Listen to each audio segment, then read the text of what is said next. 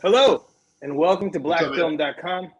I'm your host, Roger Carter. Today we'll be discussing the new movie, DMX, Don't Try to Understand. Today I'll be talking to the director, Christopher Frierson. Hey, Chris, how are you, buddy? How's it going, brother? Good, how are you? I cannot complain, man. It's about to be the holidays. It's nice out You are, in Atlanta. you are about to blow up, my friend. You are about to blow up. So, big question for me. I heard this through the grapevine. This is your first directorial debut? Yeah, I've done shorts and music videos and things like that, but feature length, yeah, it's my first try. So, man, whoo, what made you decide to take on such a complicated story and character as DMX? I think it's just that. I think that's what interested me in Earl in the first place. Is he is such a complicated person, or I thought he was when upon like conception of doing this. And I also thought that a lot of representation of him in the media sort of drove a narrative about his life and about him that was I found reductive, and I wanted to sort of explore what was actually there as opposed to what TMZ or VH1 is telling us is there. Did you know DMX before starting the shooting of the film? I did not. I wrote this thing up, this pitch, like in 2018, or, yeah, 2009. I'm sorry, 18, and then he went to jail, and then me and his manager I had met. We were trying to get things together to visit him in jail. It didn't happen. So, at the beginning of the film, when he comes out of prison, and he's like, "Hey, like that's the first time I met him." Get out of here. Swear to God, Wow. first time I met him, yeah. And So, what's that like? Are you nervous? Or are you just like, I hope this goes well? What's the game plan?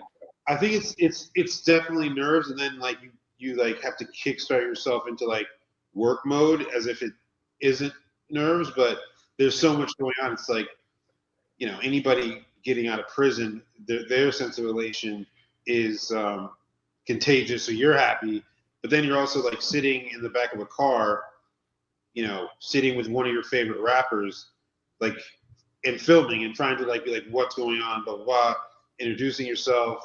There's just a lot of chaos. So sometimes in that situation, if you just focus on work, you kind of forget how crazy everything is. What did DMX mean to you as a young kid just growing up? I think the thing that, and I think it's also why he means so much to so many other people, is during that particular time, he, in rap music and hip hop, it was shiny suits, cars, women, all that sort of stuff. And growing up as a black kid in the suburbs of mid-Michigan, like I don't relate to any of that, but I do relate to, things of other natures about like being depressed or, feeling like a loser or those sort of things, from a broader perspective. He was one of the first, along with I have to say that, who was talking about poverty. He was talking about child abuse. He was talking about, what everyone we call now mental health as a catch-all, but pain really, and that's universal. That's not a Lamborghini or like a hot chick on a beach or Miami. That's something that most people either identify with thematically or know somebody who does. Yeah, I mean, he's such a complex character and person, and I love that you were able to touch on the human being that he truly is. Was that the overall goal, or was that just magic that just happened throughout the film? I mean, I think we sort of, I went into it sort of with no expectations and to try as hard as I could to not force a narrative and just let things sort of fall as they may. And it ended up working out like in a dream scenario type situation because it did. Like, and ultimately I did want to see who he really was behind all the other stuff. I mean, for example, I don't think during the course of that year, I didn't ask him a single question about rap music or hip hop or anything. We just kicked it and like talked about life stuff. And then when we weren't talking, he was comfortable enough with me at a certain point to just let me observe.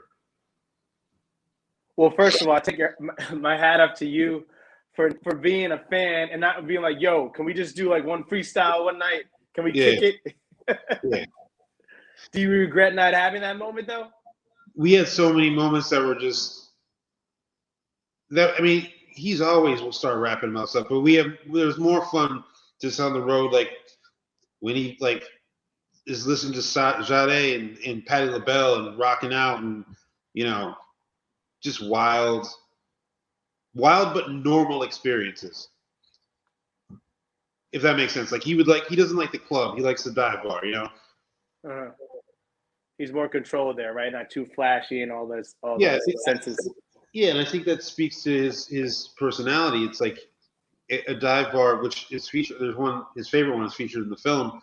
It's a safe space. It's like he says, it's like Cheers, and it's like there's not anybody asking for anything from him.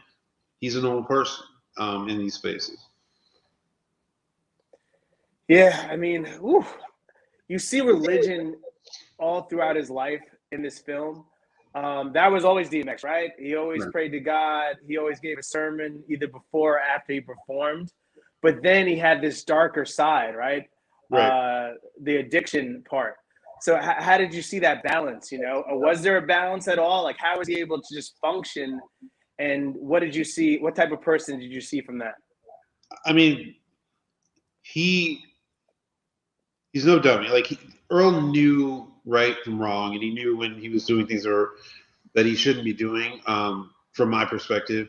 And I do believe that to a certain extent, his spirituality was one of those places that kept him sort of safe and grounded. It's kind of like what I just said about the bar. He could sort of go back to that at times where, you know, he might be straying from doing the right thing. You know, addiction is a monster. And, you know, to see, I've experienced it myself. And so to see how that balance, it's not like one day you do one thing and the next day you do another. It's like, it's always there. The temptations to do anything, the chaos is always there. It's just how you kind of keep it inside. Does addiction matter? And thank you for being so candid about your experience with addiction. But does it matter when you're on that level, when you're an icon? Is addiction like a million times fold, or it doesn't matter? Addiction's addiction. I personally think addiction's addiction. You know, Okay. And I saw this with him. You know, when he sort of disappears, that's something that like as an addict, I used to drink a lot, and I'd be embarrassed about it, and I would hide from everybody. I wouldn't answer phone calls. I would just go to a very safe but dangerous place. And I'm not famous, but Earl would do the same thing. I think the only other pressure is, you know, the added pressure is people seeing you do it or engage in that behavior. But it's a disease that I think is very, very universal in its nature. If that answers the question. Yeah. So you go into the game plan saying, hey, we're going to shoot for a year. Was that the goal? And then when you set that up, are you like, okay, like how many months can we possibly do this without getting on DMX's nerves or him getting on our nerves or just him disappearing? Like, what was the game plan? Let's try to film as much as we can in a short period of time or just see what happens? It really was, let's see what happens. And, you know, it was a year. We were saying we were going to do a year, partially because of money. It's a documentary, so we don't have any money. But also, you know, I wanted this to not be a retrospective documentary. That's why we don't have any talking heads. We don't have, you know, a bunch of things that like, you know, in this time he reached the top of the charts and blah, blah, blah. Yeah. I wanted it to sort of act as like a time capsule in one man's life. And with that framework, it's easy to be like, all right, well, we have to put pencils down at a certain point. But the way that we filmed, each experience informed the approach for the next experience, as they happened for the most part very organically. So, yeah, it just sort of all sort of came together. But having the framework actually helped because I could just go filming and filming forever. And I don't think we ever got. I don't think we really got on his nerves ever, which is weird. And when if anything, we were concerned when he disappeared for a little bit. But it was generally like a good time. I can only imagine. I can only imagine. I mean, I got left. I was on tour with him, and it was a leg where I was pretty much. No, I was shooting and doing sound, doing everything by myself for a couple days. And I was like, what time we leave in Chicago? And somebody told me like 9 or something. I was like, great, I can sleep. Get up at like 8:30. Everyone's gone. And so I had to call my office like, yo, can I get a rental car? Because I need to get to Cleveland and get back on the bus. But I mean, that's a story that I can, not my kids, I can tell myself forever because to me, it's just the nature of doing these kinds of movies. So you're going on tour, and I love how you capture all those genuine family moments. Was that his idea? Like, hey, you know what? This is what I'm doing. I'm just going to live my life, and you're going to film it? Or like, no, I want my family to be involved. The family thing, the family thing was pretty much, I mean, I sought out Xavier, and I sought out his ex-wife, Xavier, his oldest son, and became friends and later kind of family with his ex-wife without him being involved, really.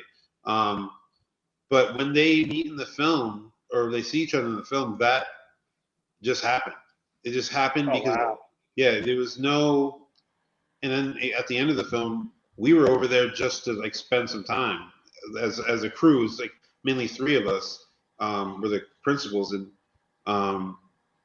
we're just at Tashira's house, his ex-wife, and Earl came over and made crab legs, and you'll see at the end of the movie. But it ended up being nothing was sort of staged in that event, for that matter.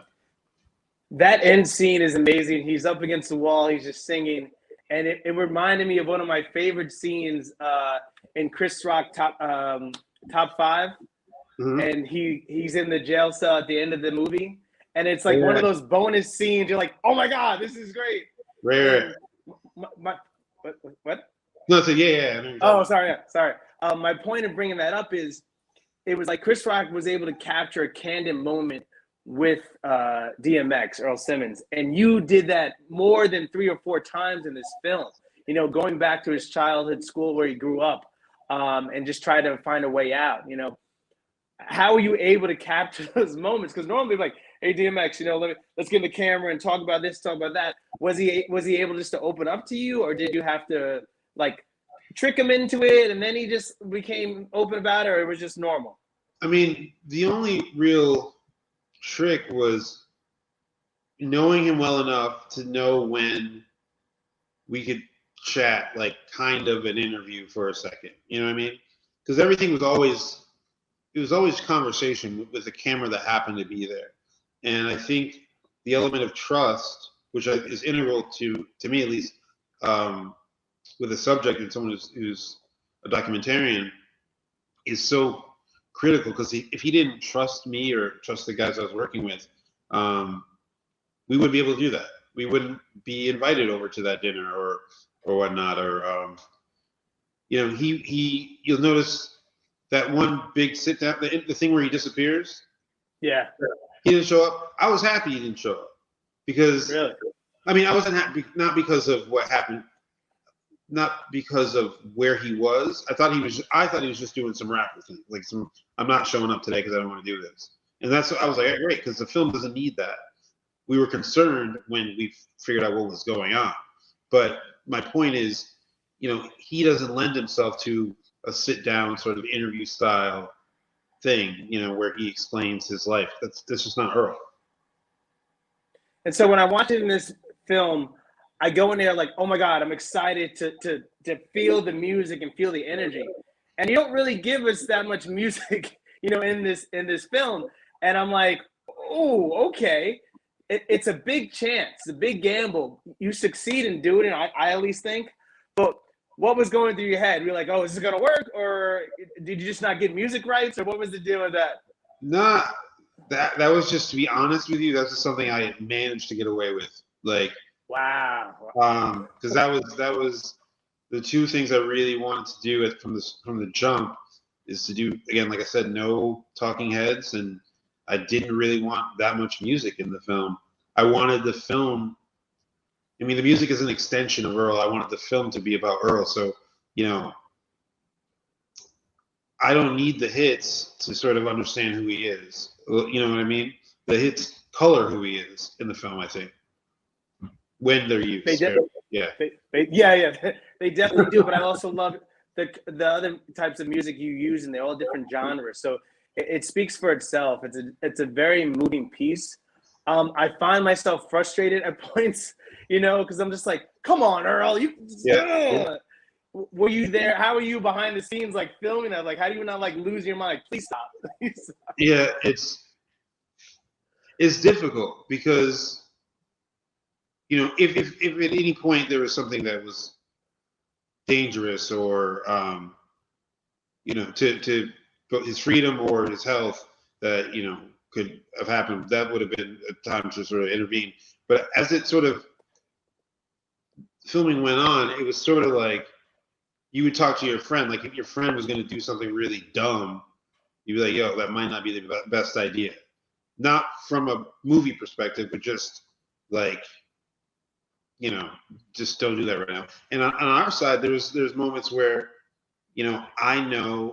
I knew that I didn't want to film certain things that he was experiencing, because I didn't think it was appropriate, and that's part of that trust thing. Yeah, you can tell he really did trust you guys. You guys became a big family there, and that was beautiful to see on screen. What's your favorite DMX song? Damien. Yo, thank you. That's my top three. That's my top three. It's the best song, bro. It's crazy. No, it's amazing. It's so deep and technical on so many levels, but it depends if it's a rainy day, slipping or falling. That song on a rainy day gets you through any kind of like energy you're feeling. Yeah, slipping. Again, this is what I think about Earl, and what I'm hoping for the film is slipping. Any person, you could be a Dominican kid in the Bronx, or you could be like a 70-year-old white grandmother in Des Moines, Iowa. That song speaks to everyone. Yeah. Or the message of that song specifically. And so, who was his inspirations? Growing up, or that's the only thing I miss. Like, I wish I had a better understanding of who molded Earl. To be this vocal being. And I look for the word of gospel and the Lord, but also just someone to be like, hey, lifting you up out of that darkness. Right. I know his grandmother was a huge influence, and it doesn't mention her in the film, but Tashira had spoken to me about that. I think from a perspective of the art that he put out, I think that it comes from the pain, it comes from the trauma, it comes from those experiences as a stick-up kid on the street that nobody really wanted to F with. Like, I think that's what made his poetry be. I mean, he spoke about his real life. I couldn't say who his rap influences are, hip hop influences are, but I know he loves like 80s R&B music like crazy. Yeah, you see that he's having a good time. He loves R&B, man. That was beautiful. Yeah, he brought in this one. We were in a hotel in San Diego, and like multiple security guards came because he had like this gigantic boombox. I'd never seen a boombox that big. It was just playing Belle Biv DeVoe, and we were all just having fun, and we didn't realize like how crazy and loud we were being. He was just before a show, no one could talk to him. He's just in his own head. Chris, last question to you: what do you want viewers and I guess friends and family to take from this film? I think that we're living in the tragedy of his passing, but this film, like I said before, we filmed it just in 2019. Even though he's gone, like I feel like this is a hopeful film. You're watching somebody trying to reconcile some things within themselves, who's clearly making steps and making headway. But who's experienced so much that any one of these things, the trauma, the child abuse, the incarceration, the addiction, being chewed up and spit out by the industry, even one of those things could have stopped somebody a lot earlier. And his message to people doesn't end when he passed. It's ongoing. You can hear it in any record you put out. Not any record, most of the record. Well, Chris, thank you for your time. Please let us know when we can see the film and when it's coming out. It is coming out this Thanksgiving, which is November 25th on HBO and HBO Max. Thank you so much for your time. This is Ro Carter with blackfilm.com. Thanks again. Good luck, Chris. Thank you. Thank you. If you want to see more content like this on blackfilm.com, remember to like, subscribe, and ring the bell.